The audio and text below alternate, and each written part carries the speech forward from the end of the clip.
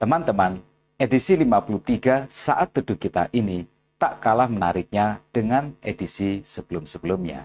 Ya, Kejadian pasal 31 ayat 22-55 ini berbicara tentang iman.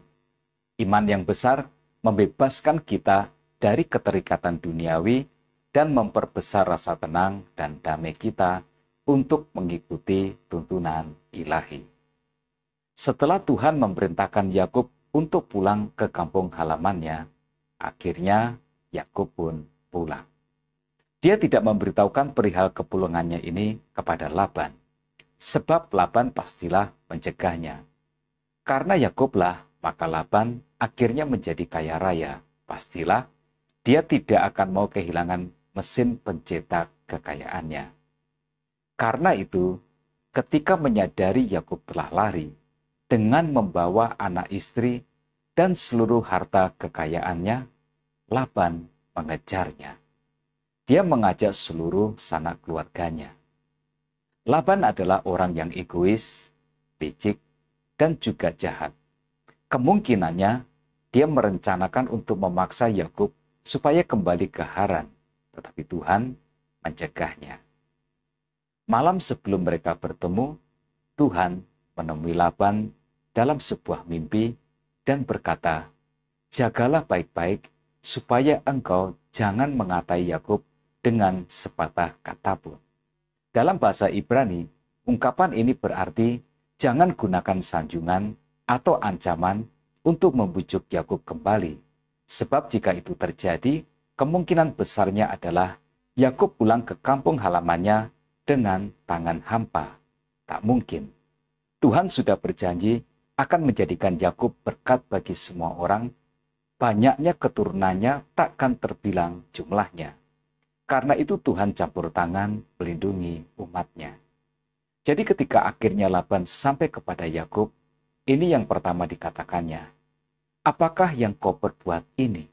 Maka engkau mengakali aku dan mengangkut anak-anakku perempuan sebagai tawanan." Laban langsung menyerangkan tuduhan.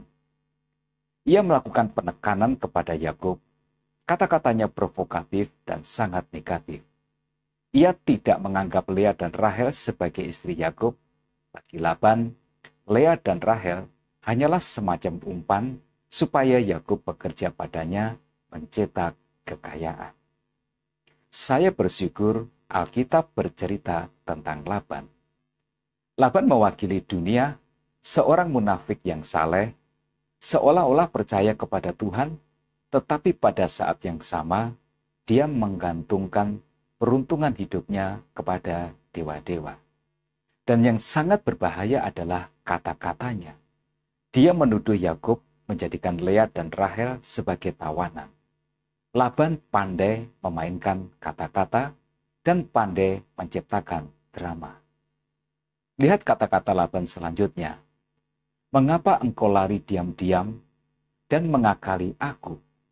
Mengapa engkau tidak memberitahu kepadaku supaya aku menghantarkan engkau dengan sukacita dan nyanyian dengan rebana dan kecapi?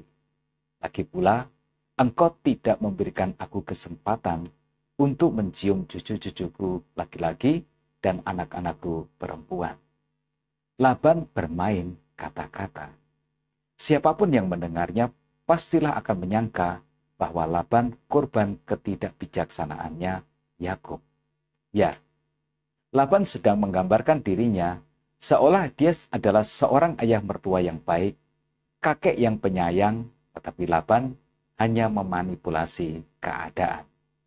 Katanya, "Aku ini berkuasa untuk berbuat jahat kepadamu, tetapi Allah ayahmu telah berfirman kepadaku tadi malam, jagalah baik-baik, jangan engkau mengatai Yakub dengan sepatah kata pun.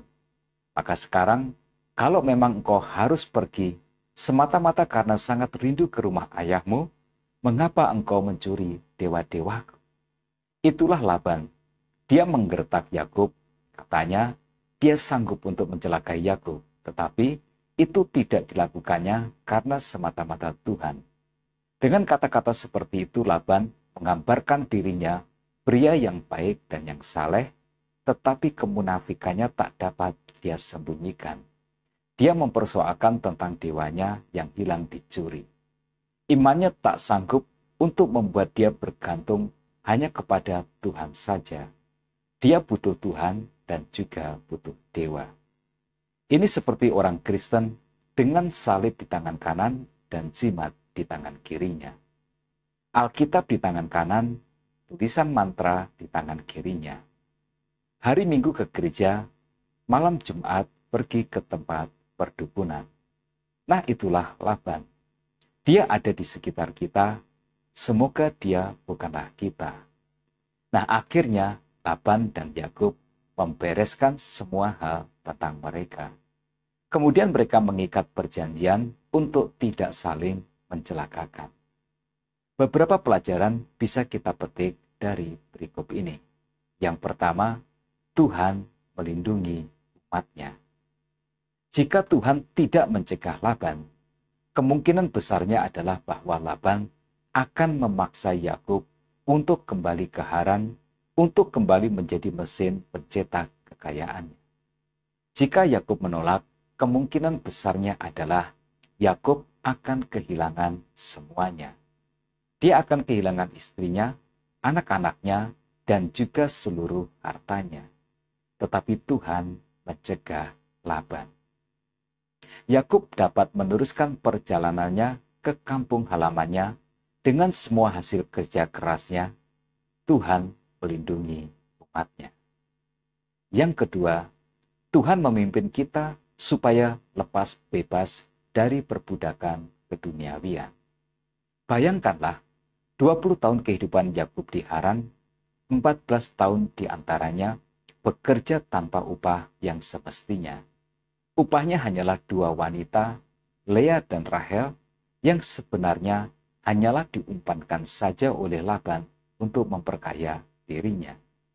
Sedangkan 6 tahun sisanya, kekayaan Yakub tidak diakui Laban sebagai hasil keringatnya. Ini kata Laban di dalam ayat 43, perempuan-perempuan ini anakku, dan anak-anak lelaki ini cucuku, dan ternak ini ternakku. Bahkan segala yang kau lihat di sini adalah milikku. Saya setuju jika Laban dijadikan metafora tentang dunia. Ya, semua yang kita miliki tidak benar-benar kita miliki. Semua yang kita miliki akhirnya juga akan kita tinggalkan di dunia ini. Kita akan kembali kepada Tuhan dengan telanjang, seperti kita datang ke dalam dunia ini juga dengan telanjang. Seperti Yakub dipimpin Tuhan untuk meninggalkan Haran, begitu juga Tuhan memimpin kita untuk meninggalkan keterikatan kita dengan hal-hal yang bersifat keduniawian. Yang ketiga, mari kita perbesar iman kita, supaya kita dapat bergantung hanya kepada Tuhan saja. Dewa Laban yang hilang sebenarnya dicuri oleh Rahel. Jika seandainya Laban dan Rahel memiliki cukup iman, mereka tak membutuhkan dewa. Jika kita memperbesar iman kita, maka besarlah juga rasa tenang dan damai di dalam hati kita. Nah, apa yang bisa kita jadikan sebagai inspirasi dan juga motivasi? Semuanya adalah tentang iman. Iman yang besar memperkecil keterikatan kita dengan hal-hal keduniawian dan memperbesar rasa tenang dan damai kita untuk taat kepada tuntunan Tuhan. Maka tugas kita dalam hidup ini adalah memperbesar iman kita dan memperkecil rasa takut dan keterikatan kita terhadap hal-hal yang bersifat duniawi dan yang sementara. Tetap semangat menjalani hidup ini. Tuhan Yesus memberkati kita semua.